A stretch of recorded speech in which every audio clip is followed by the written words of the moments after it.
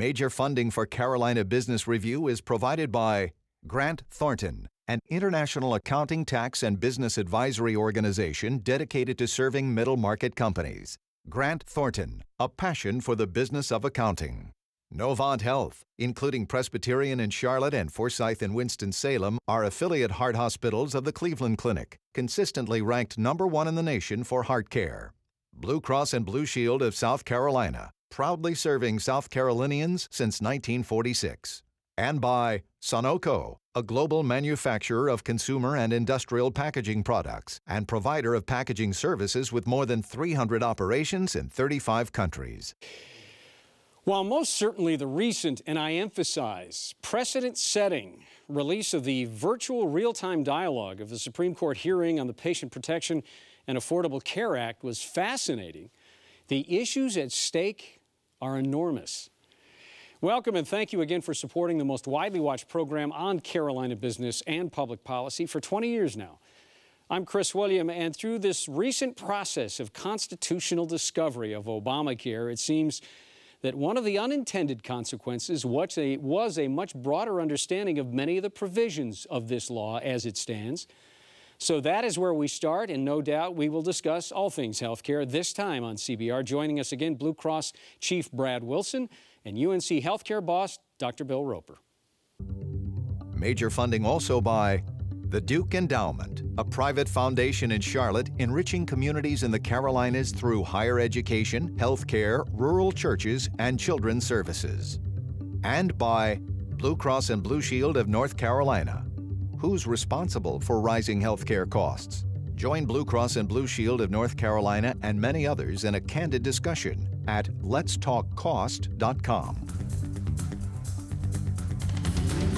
This edition of Carolina Business Review was recorded April 2nd, 2012.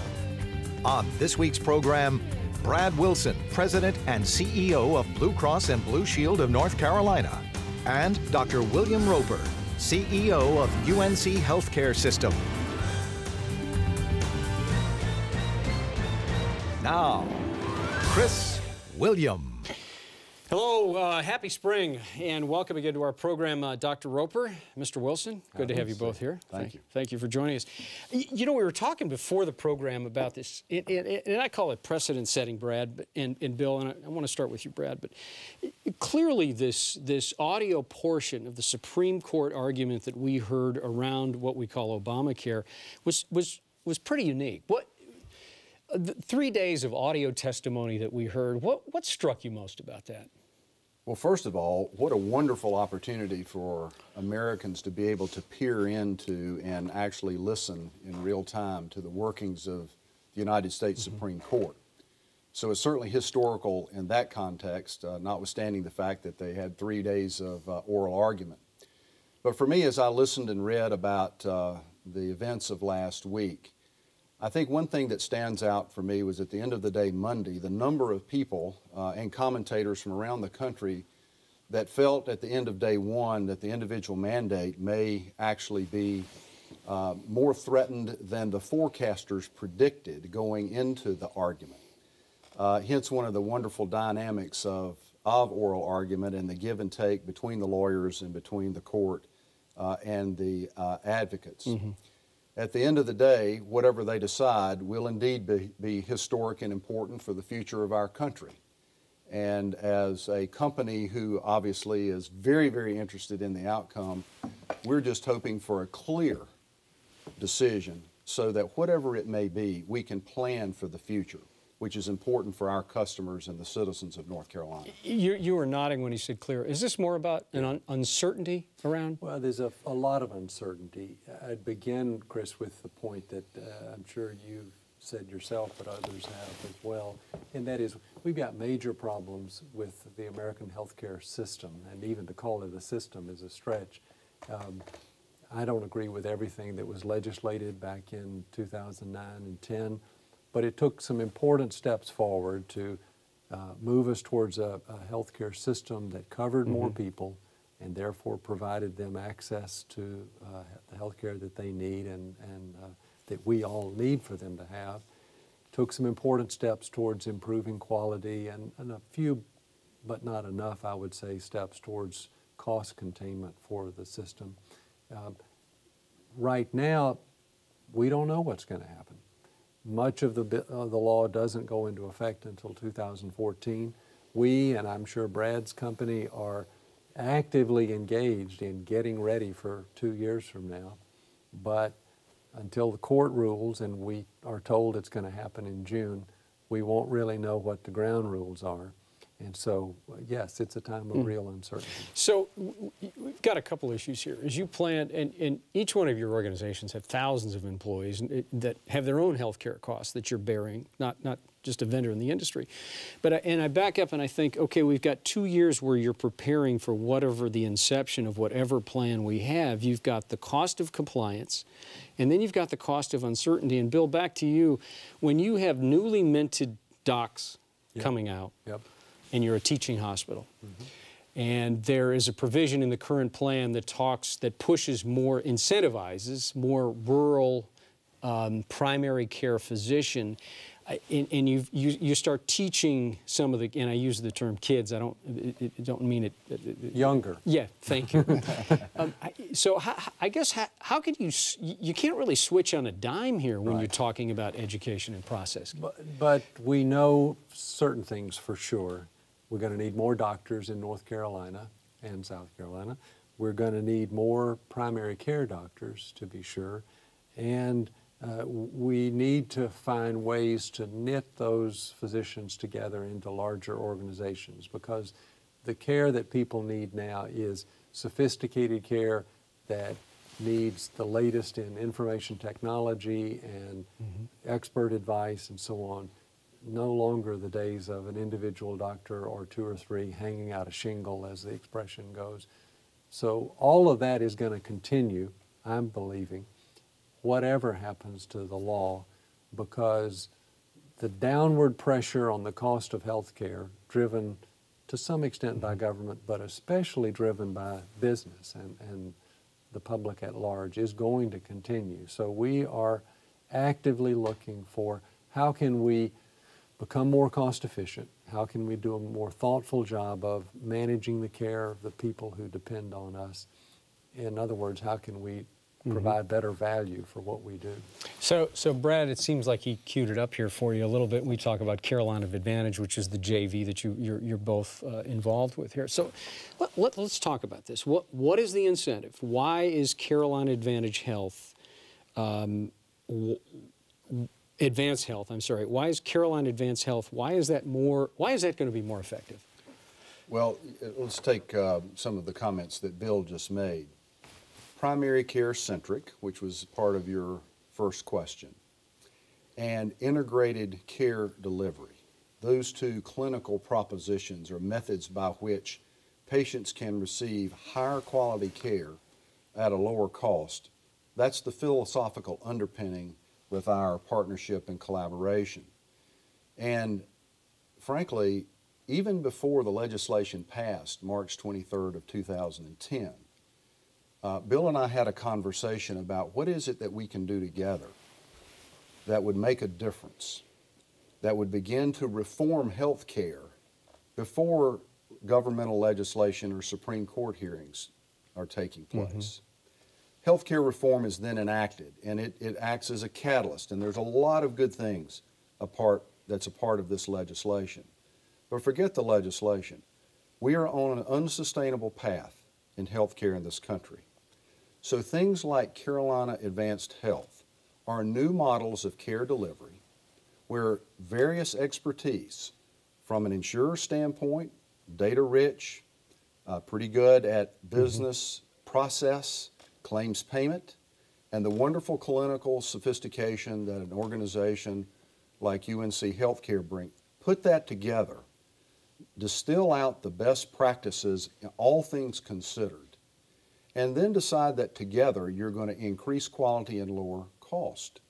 And then let the reward for that flow to those participants in that clinic, the providers that are actually delivering this care, and to the institution that helped make it possible in the forms of lowering our costs, which will hopefully be reflected in slowing the increase in premium increases as we move forward. You know, we assume something here, and you used it right a second ago, Brad, is should we assume, is it fair to assume that better outcomes mean lower cost? Are those two indivisible, or are they two different variables that have to be managed? Well, as the non-clinician in this duo here, based on my understanding and my reading, and in fact you look to the Dartmouth Atlas model and other white papers that have been done, is that yes, the most effective care, almost without exception, results in quality outcomes for the patient and lower cost. And if we can break the code on that and figure out how to do that, and that's part of the reason for Carolina Advanced Health, we're going to learn some things. We're going to learn some things not to do in this wonderful laboratory that we've created together. But at the end of the day, we're going to have to get to that place where we are rewarding outcomes rather than rewarding activities.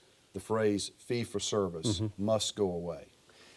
And a part of the story is something that people understand. Maybe they haven't thought about it in this level of detail. But the reality is there's a relatively small group of patients, our case patients, but people in society who make up most of the cost of health care. And that's because they have chronic illnesses of various sorts, and those illnesses are not very well managed. And so that runs up lots and lots of bills of doctors and hospitals and imaging centers and pharmacies and on and on and on. And the average person really, I'm sure at a gut level, says there's got to be a better way to do this. And that's what we're trying to do, is to say to people, we want to help you manage your care, to find the right doctor at the right time and the right extra services to intervene so that take your pick, diabetes or lung disease or heart disease or mental illness or whatever, is well managed so that you stay out of the hospital, you get the right care, your health is better, you're a more productive employee if you have a job, et cetera, et cetera. So if I could just add one other point, Chris. Unfortunately, the political class, if I can put it that way, have scared people to believe that somehow or another somebody out here is going to keep you from getting a bit of health care that you think you need. I admit that that is a theoretical possibility, but that's not what's on people's minds. Why do you think they feel that way? Why do they feel that there's some political class that is keeping them? Is it? Well, because that's what gets talked about on all the talk shows and whatever else. But the point I was headed towards making is that's not what's on people's mind. When I talk to patients, as I did 3 days ago, a young woman who's recently been diagnosed with cancer, she wasn't worried that somebody was going to deny her care. She was asking me, Bill, and she does call me Bill, who's the right kind of doctor for me to go to, and should I go to this kind or that kind, and are my doctors going to talk to each other, and are they going to coordinate my care so that I get the right intervention at the right time? We want to say to the people that we care for, we're going to do that for you. We're going to bring a team approach to your care so that you get the right care at the right time. Not too much, and surely not too low. Brad, I'm going to come back to you in a second here because you mentioned something around the legislation around this. And before we do that, next week on the program, he is the Chief Executive Officer of the Democratic National Convention Committee. His name is Steve Kerrigan. This is not his first DNC rodeo, and he will be here talking to us about what the DNC plans to not just do in Charlotte, but the wider impact on Charlotte and the Carolinas. And then in 2 weeks, he's also been on this program before. Jim Newsom is the fairly newly minted president of the South Carolina Ports Authority out of Charleston. He will join us in 2 weeks. Okay, Brad, so you made mention with the Obamacare legislation. How did you overlay that on Carolina Advanced Health? And is it a handicap, or is it wind at your back? Well, I'm a glass half full kind of guy, so I'm going to answer the question that the wind is at our back, and I do believe that. There are things in the legislation that if they weren't there, we might be able to do better, faster, or might layer in some costs that if we were exercising unilateral judgment, might not necessarily do, particularly here at the outset. But I look at the legislation, again, having a catalytic, a revolutionary circumstance. And it stimulated innovation and creative thinking, some of it out of fear, some of it out of an understanding that we live in a historic time and we have an opportunity now to really try to fundamentally change the way that care is delivered to, again, to the end of higher quality and lower cost. So the Carolina Advanced Health, with the focus on chronic conditions, part of the legislation that would enhance it would be that if we can meet the measures and the metrics that the federal government have outlined for us and that are already embedded in our own business practices, the physicians will be rewarded beyond what they would have been otherwise. And the data that we will mine out of this, I think it's very important for people to understand that we have engaged RAND to come and look at what we are doing together as an independent third-party assessor. Good or bad? Good or bad. Call it like you see it. Yep, yep. And that'll be a public? You bet. Absolutely. And you know, if we invent the secret sauce here, we don't want it to be secret. This is going to be like the internet. It's going to be available for everyone. And we want that independent third-party judgment for two reasons. One, we believe that it will bring credibility to that which we are doing, so people won't say that we're selling our own solution. And secondly, it will check us to make sure that together we are looking at the data objectively and we'll make the improvements that we want to make the adjustments that we need to, and keep doing those things that are working well. The listeners need to understand that this is kind of it's a one-stop shop model. There's primary care available under one roof, and there's also some unique specialty capabilities. We're going to leverage the latest technology. So yes, you will be able to communicate with your physician or the physician's assistant through video conferencing. If it works, we're going to do more of it, and if it doesn't, we'll change it or do something else. Why hasn't this been done before? Why this? I mean, you sound pretty excited about the progressive nature of this. Why hasn't somebody done this before? People have done various elements of what Brad's just describing. I don't think anybody has a health insurer and an integrated health system put all this together in one place like we have. So I wouldn't claim that any one element of what we have is unique, but it's putting it together and doing it together in the way that you see us taking this story to the public. That's the special message here. You know, and I'm sorry, this might be a little ignorant. It shows that I'm not really an attorney, and I don't know the answers to the questions before I ask. Isn't that a good attorney? But I've got to wonder: has it because of the proprietary nature of a health insurer and a health provider? Do you all have some risk in this, in that you might uningratiate, I don't even know if that's a word, but fall out of favor with some of your other vendors because you are working so closely together? Is that a risk? Sure it is. But anything worth doing is typically risky. Revolutionary ideas make people uncomfortable. And so we have tried to minimize that through talking about it, being as transparent as we can about it. But this is a new model of care delivery. And it's going to change things. And it's going to change the way that care is paid for, the way that it is delivered. And in doing that, it will disrupt, and hopefully, to use the Clay Christensen term, it will be a positive disruptor in the healthcare marketplace here in North Carolina.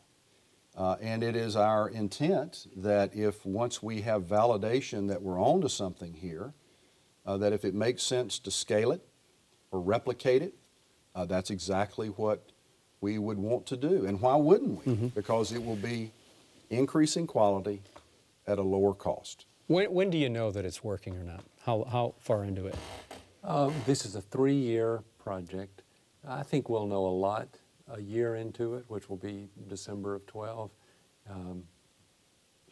We're going to make mid-course corrections or improvements, as Brad has already said, as we go along.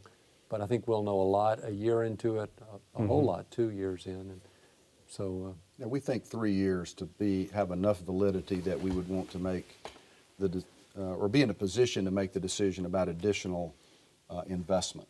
This took a lot of work, and I want to congratulate both of our teams. This was unusual for them. And it's important to understand that as smart as Brad is, and I'm pretty smart myself. You two better just stop it right now.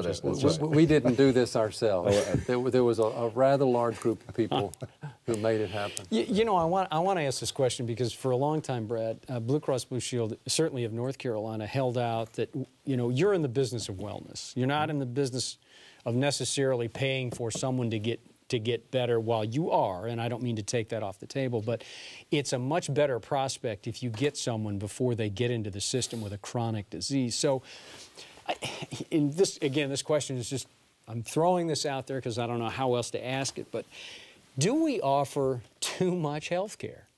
Are we making it easy, in as much as, I mean, you know, I'm not really going to take care of myself as much as maybe I should because I know if I get into the system and I do develop a cardiovascular disease, they have treatments. I can take a pill. I'll really be okay.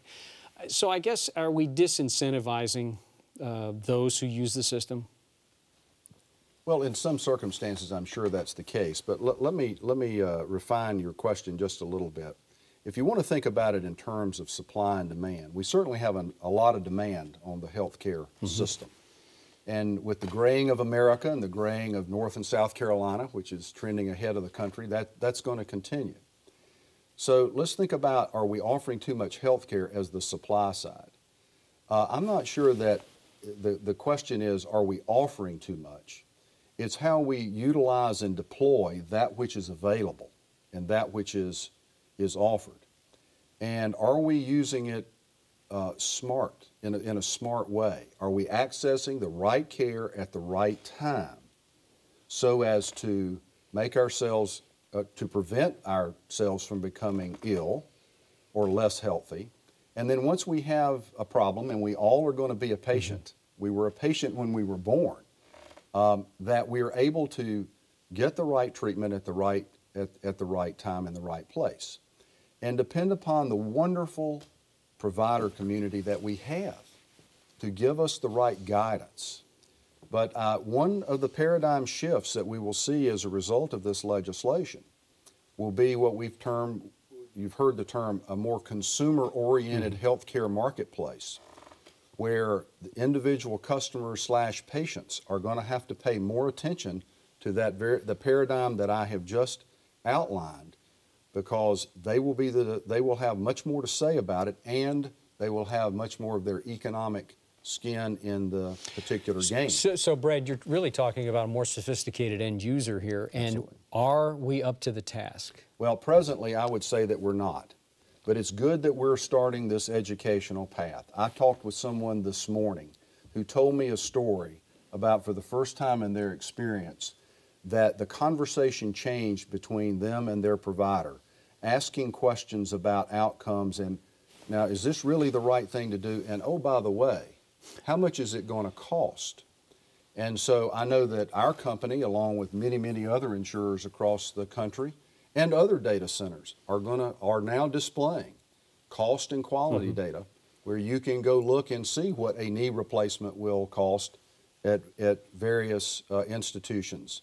And you, as the ultimate consumer / patient, can then make the trade-off decision about, is it worth it? For example, in the Triangle area, a knee replacement ranges from about $18,000 to $33,000, depending on where you go. And what we have discovered is the sweet spot, if you will, is around $22,000. So it's not the cheapest, but it's not the most expensive. So, and we're out of time, but that's more like a Hyundai, a cheaper Hyundai. So the price is getting cheaper. That's a good thing. Right, as long as the quality's there. Right. Not at the expense of quality. Gentlemen, thank you for being back on the program. We'll be watching the joint venture closely. Thank you. Good to see you. Thank you for the opportunity. Until next week, I'm Chris William. We certainly hope your health is good and that your business is good too. Good night. Bye.